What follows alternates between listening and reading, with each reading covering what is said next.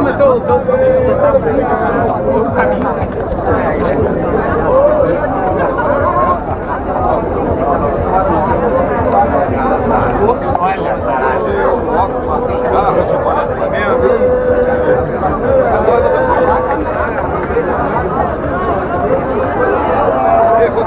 Foi só um ensaio. Pessoal, seguidores do canal de corrida Socorro, sou o Agnaldo. Recente eu estive aí fazendo a meia do Rio. Eu estou preparando aqui o vídeo para estar soltando aí, né? Pra você dar um parecer também, que eu gostei muito ali da prova da meia do Rio, percurso muito show. Para quem está acostumado a correr sempre aí, correr morros, subidas, mais subidas. Ali era um percurso que não era subido, não tinha subidas, né? Uma subidinha lá que o corpo assim da gente, por estar acostumado, ele nem assimila aquilo como um morro. Isso foi muito legal, viu? Muito legal, porque eu cheguei ali nos 18 quilômetros, assim, 17, assim, 18, ainda tava, vou dizer, inteiraço ainda. Vamos que vamos então? Solta a vinheta! Em segurança, a Maratona Internacional do Rio, sejam bem-vindos, divirtam-se! Puxão, faça força! Eu queria estar falando aqui sobre 4 linhas escatológicas.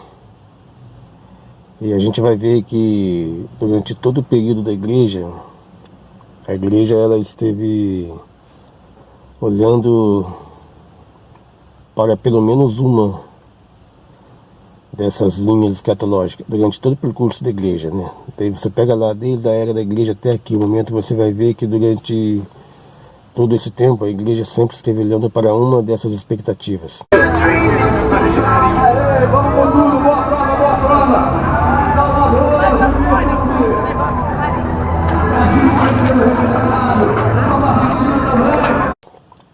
entre essas nós temos o pré-milenismo histórico, o amilenismo, pós-milenismo e o pré-milenismo dispensacionalista. E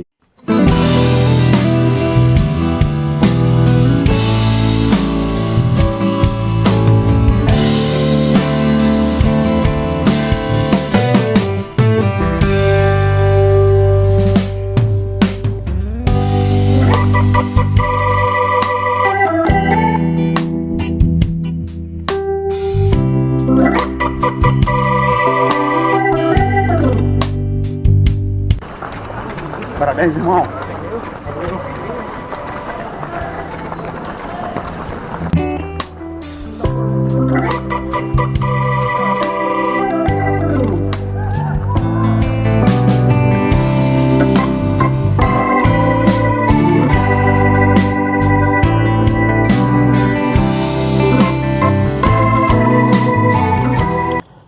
E entre as igrejas hoje, o que predomina é o pré-milenismo dispensacionalista. 80 e tantos % das igrejas hoje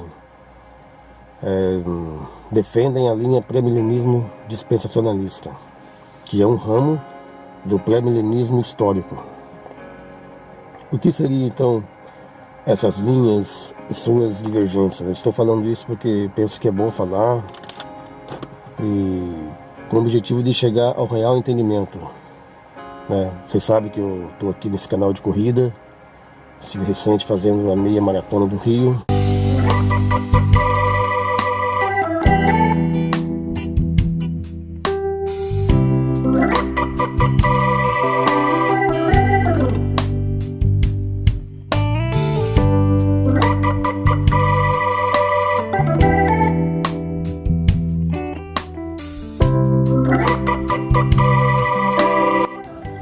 Não vou falar aqui, já deixei falado aí uma outra parte do vídeo. O foco agora é outro. Mas agregando corrida com a palavra, o útil ao agradável, aquilo que é útil ao agradável. Então, a gente quase não ouve esses ensinos nas igrejas hoje, até porque as igrejas que dominam hoje, é que defendem essa última que eu falei, é o milenismo histórico dispensacionalista.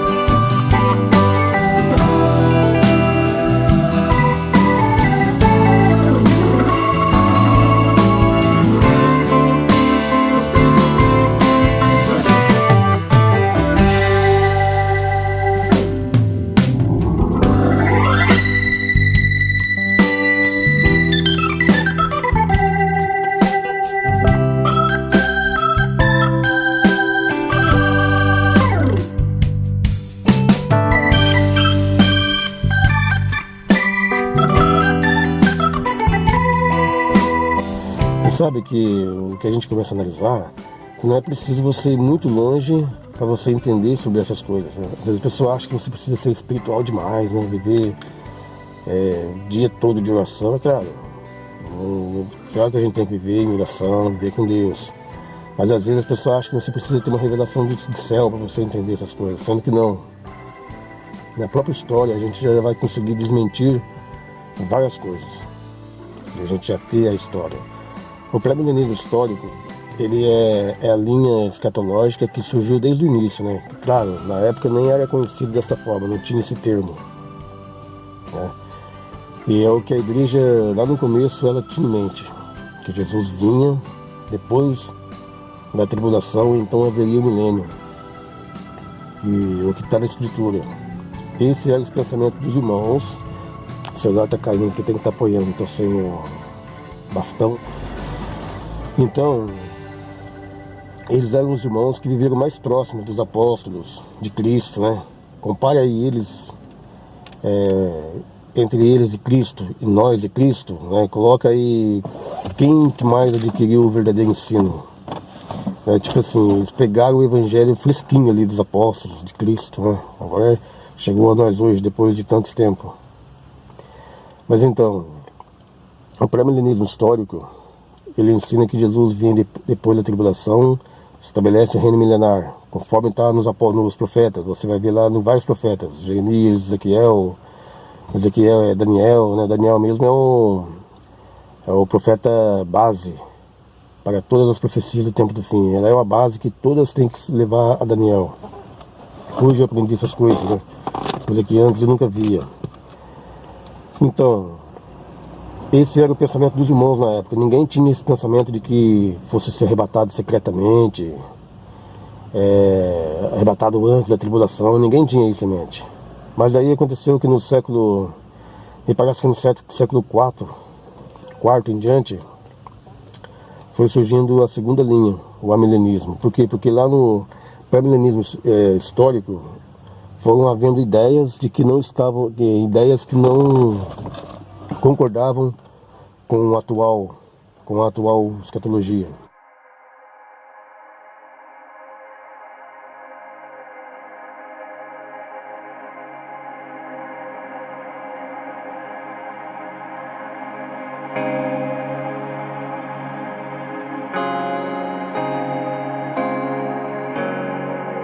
Então foram abrindo margem para que existisse o amilenismo. Então o amilenismo ele vai surgir já mudando aí, né, a face, mudando a faceta. Ele vai pregar que o milênio já existe hoje, que Cristo hoje, a igreja hoje já está reinando no reino de Cristo, que é uma bagunça completa, é difícil de entender. Para eles Jesus está reinando hoje e nós estamos reinando com Jesus, porém aqui na terra. É difícil e complicado de falar isso. Até porque se as pessoas tiverem mente de igreja, mente daquilo que aprende ali no dia a dia, então vai ficar mais difícil de compreender essas coisas. Mas para eles, quando Jesus foi arrebatado, ressuscitado, subiu aos céus, já se estabeleceu então o reino milenar de Cristo. Que no literal hoje já se passa de 1000, né? Já se foram 2000 anos. Mas eles creem desta forma. E com isso eles matam o entendimento e matam profecias, porque profecias que vão contra essas ideias deles, elas não são analisadas por eles. Por quê? Porque eles já têm os pensamentos deles já pautados, né? Já está tudo certo, tudo alinhado, não precisa de fazer assim nada diferente. Então ela surgiu do século IV para cá e a linha pré-milenismo histórico ela foi fracassando. Não que diminuiu, que acabou, mas ela foi fracassando e o amilenismo tomou conta de uma boa parte da história. A gente vai ver que o amilenismo ele dominou esses ensinos. Só que daí a gente vai chegar ali, eu tô falando meio por cima, né? Outra hora a gente fala mais detalhado isso. E também porque é o início, né? O começo que eu tô tentando fazer aqui, quero ver, né, como é que vai ser. Mas então, depois surgiu aí o pós-milenismo, né? O pós-milenismo surgiu no século, acho que 17 ou 18. Eles pregam que o reino de Cristo seria estabelecido de uma hora para outra, gradativamente, de uma hora para outra a terra iria ser mudada e transformada. Então viria o fim, e assim é a maneira como eles explicam. E como de fato na época, os acontecidos na época, tudo estava contribuindo, né? Que não estava esse caos que está hoje, que a gente vê hoje e tal, né? Então tudo contribuía para a linha dos pensamentos deles. Só que depois vem a Primeira Guerra Mundial, e a Primeira Guerra Mundial vai causar muitas mortes, né? Vai dar um balanço nos pensamentos deles. Depois surge então a Segunda Guerra Mundial, que morre mais pessoas e tal. Então a Segunda Guerra Mundial é como se ela colocasse um ponto final nessa linha, né? Não que ela acabou, ela ainda existe os defensores dessa linha pós-milênio. Mas ela vai fracassou por completo. Porque imagina que você prega que vai melhorar de uma hora para outra, e as coisas vão vir e tal, né? Daqui a pouco acontece uma guerra, né? E várias guerras depois, a Guerra Fria, a Guerra de 6 Dias, vários acontecimentos que vai cada vez mais fazendo com que essa linha fique distante, né?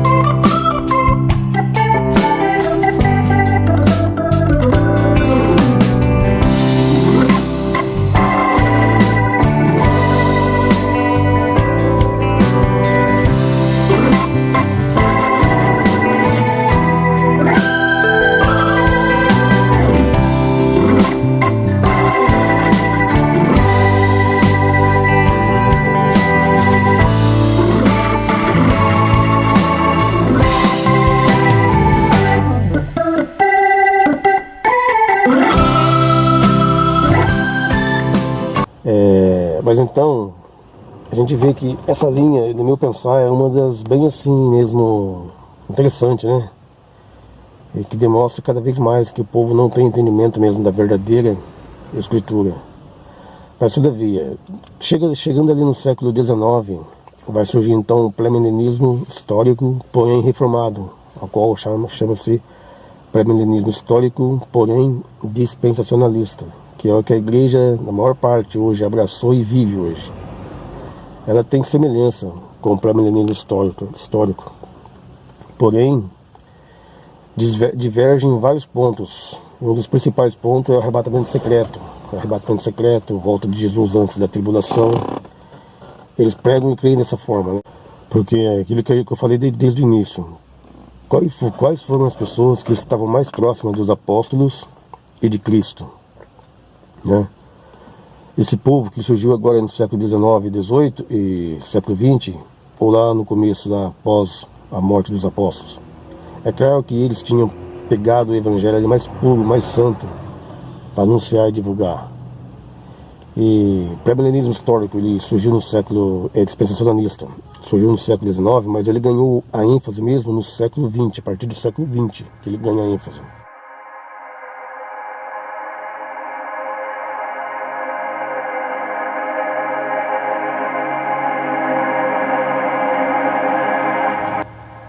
É daí que você vê que a igreja ela houve uma revolução nesse sentido. Hoje, esses pregadores famosos aí de renome, a maior parte deles, todos têm esse mesmo pensamento. Não vou dizer nome aqui, mas todos têm o mesmo pensamento a respeito dessas coisas do fim.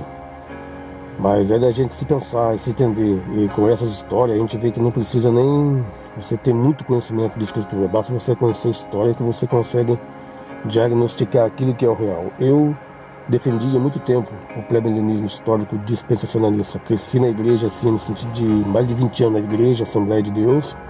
Eu aprendi dessa forma, ensinava dessa forma. Tá? Para quem não sabe, eu fui presbítero na igreja, Assembleia de Deus de Madureira. E ajudei a auxiliar pastores e tudo. Né? Enfim, já tive envolvido muito com a obra, com essa obra, segundo eles. Né? Mas hoje, eu, livre de doutrinas humanas e tendo o verdadeiro entendimento da escritura, hoje as coisas me clarearam de, assim, sabe, a janela abriu, sim. É claro que isso não foi de uma hora para outra, né? Foi ouvindo, meditando na palavra também. Então hoje eu vejo dessa forma e hoje eu defendo o pré-milenismo histórico, que a Bíblia está pautada nisso. Você pega as festas de Deus, só se você, só um passo aqui que eu vou dizer, você conhecer as festas de Deus já é o total, já é o suficiente para você descartar qualquer tipo de doutrinas humanas, tá? Qualquer tipo de doutrinas humanas, elas caem por terra se você tiver o conhecimento das festas. E nem precisa ser o conhecimento total, aquele conhecimento abrangente. É claro que é bom você ter o conhecimento profundo disso, mas se você conhecer o básico mesmo disso, você já vai ver, por exemplo, e ter o conhecimento da lei, né? Se você saber que o casamento lá o casamento hebraico, como que ele funcionava, você já consegue descartar qualquer tipo de doutrina humana. Beleza então, pessoal?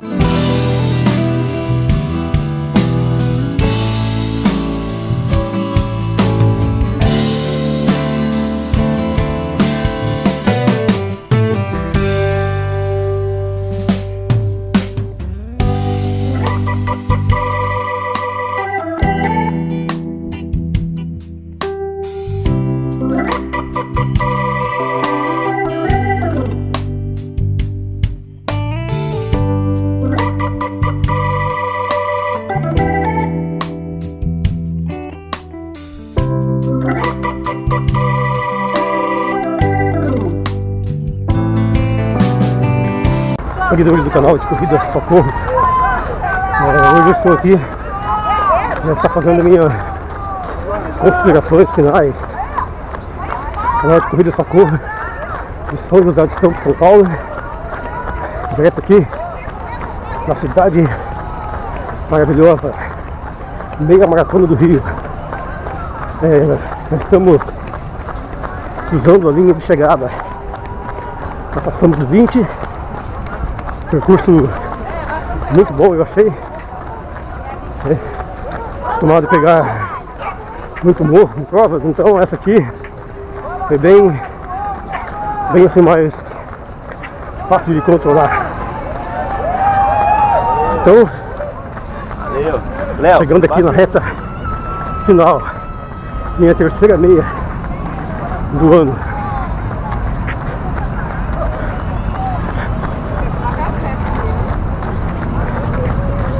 Dia muito bom. Boa! Pra corrida. Vamos lá então cruzar a linha de chegada. Terceira meia do ano.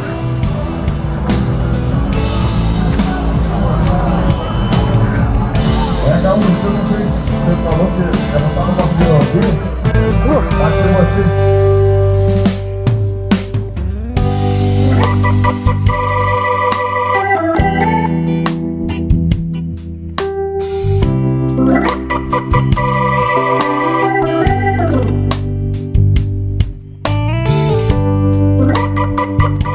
aqui esse resumo da escritura e logo a gente volta aí falando mais a palavra. Acho que é legal, né? Enquanto vocês me veem por aí, correndo por aí, então eu faço algum recorte e trago vocês para cá para você comer também na palavra de Deus, né?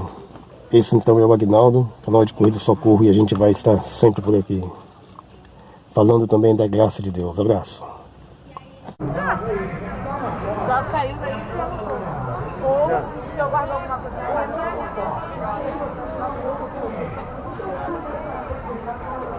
Obrigado. Tem que passar uns minutos pra cá. Obrigado.